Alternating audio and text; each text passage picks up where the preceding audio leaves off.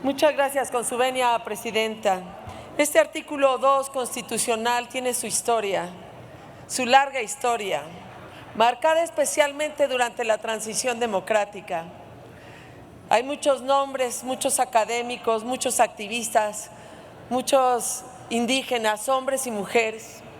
También mucha historia desde hace, desde luego, 500 años, pero sobre todo la reciente.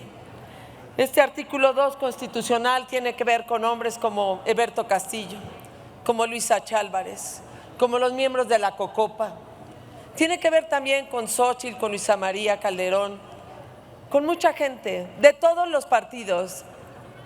Todos lo sabemos, de todos los partidos, porque como en efecto lo han dicho, esto nos une como país. Haríamos muy mal en no aceptarlo. De la mano de la democracia llegó la reforma del artículo 2 constitucional. Y esto es importante porque tenemos que ponderar los logros que mucha gente ha tenido.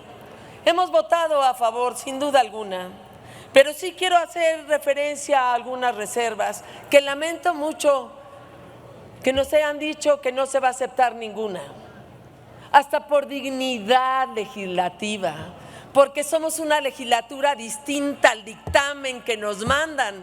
Debimos haber aceptado alguna reserva.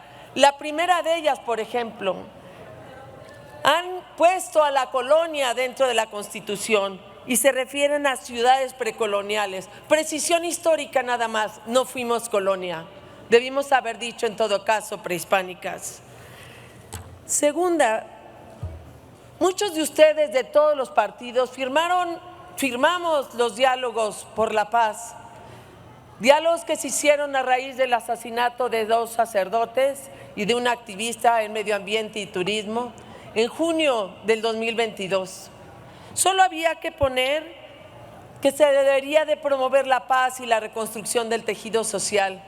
¿De verdad esa no debimos haberla aceptado? Yo creo que sí. Luego, los acuerdos de San Andrés Larrainzar de 1996, y es cierto, mucho se ha avanzado, pero habla de usos y costumbres. Y la esencia del derecho indígena tiene que ver con los usos y costumbres, con el derecho consuetudinario, con la fuente de la costumbre como para el derecho.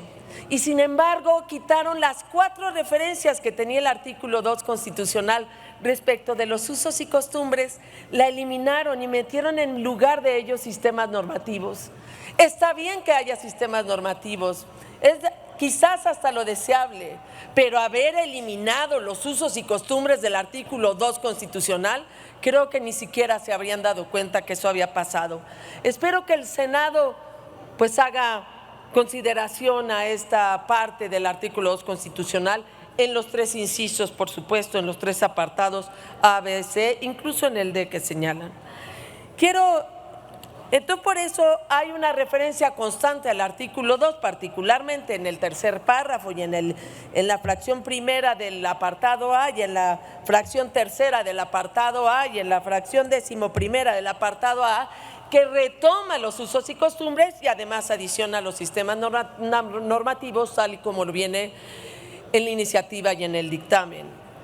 La otra referencia me parece fundamental porque estos usos y costumbres tienen que ver con el conocimiento que tienen las regiones y que las autoridades locales, y está comprobado, las autoridades locales tienen más sensibilidad para sus propias comunidades, como en Chihuahua para las taramaras o para los tepehuanos en Durango o en Chiapas con las comunidades indígenas. Y sin embargo este artículo 2, este dictamen, esta reforma le quita facultades a los estados y a los municipios. Entonces debilita totalmente el federalismo y lo aglutina en un poder central y pone las obligaciones para sus municipios, compañeros y compañeras, para sus estados, pero no pone facultades ni le da ya oportunidades de legislar al respecto, que me parece muy importante.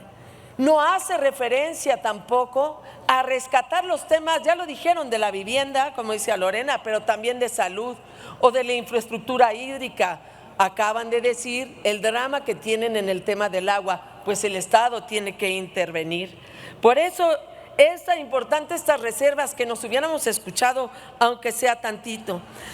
Quiero además referirme, fíjense lo que pasó, los efectos generales de una sentencia de amparo contra leyes inconstitucionales, se los quitaron con la reforma judicial. Las primeras víctimas van a ser las comunidades y los pueblos indígenas, pero no les bastó eso, sino que también en este mismo apartado A dicen que solo los pueblos y las comunidades son los únicos legitimados para impugnar en vías jurisdiccionales los derechos indígenas. Perdónenme, cualquier persona que integrara estas comunidades debería tener el derecho al amparo. También les quitaron esas facultades, también le quitaron esa facultad para impugnar en vías jurisdiccionales sus propios derechos, y no tendrá que esperarse solamente al colectivo. No, ¿por qué se empeñan en quitar facultades a los mexicanos y a las mexicanas para reclamar los propios derechos? Esa es una de las consecuencias, de las tantas consecuencias de una reforma judicial fallida, que por cierto nada dice respecto a sus jueces y a la justicia tradicional, tampoco la tocan. Hay muchas cosas que tenemos que revisar, pero les pongo aquí 7 reservas a este artículo 2, que tiene que ver con el reconocimiento histórico, porque es gracias a las comunidades indígenas y también a muchos misioneros que sostuvieron el derecho indígena frente a la corona. Es una precisión histórica, es también el reclamo de la paz y del tejido social y de la reconstrucción de las comunidades que hoy son desplazadas, les queman sus casas, se van incluso hasta Guatemala, y tenemos que reconstruir ahí tejido social. Es una reserva que sostiene y fundamenta y fortalece el federalismo, es una reserva que recupera los usos y costumbres y que no permite eliminarlos como sí viene en el dictamen, y es una reserva que protege a los indígenas dándole la facultad de defenderse en todas las vías jurisdiccionales. Por eso les pido a cada uno de ustedes, les pediría su voto a favor, pero les pido por dignidad legislativa que revisen lo que aprueban. Por lo menos es lamentable que en esto haya un regreso. Muchas gracias.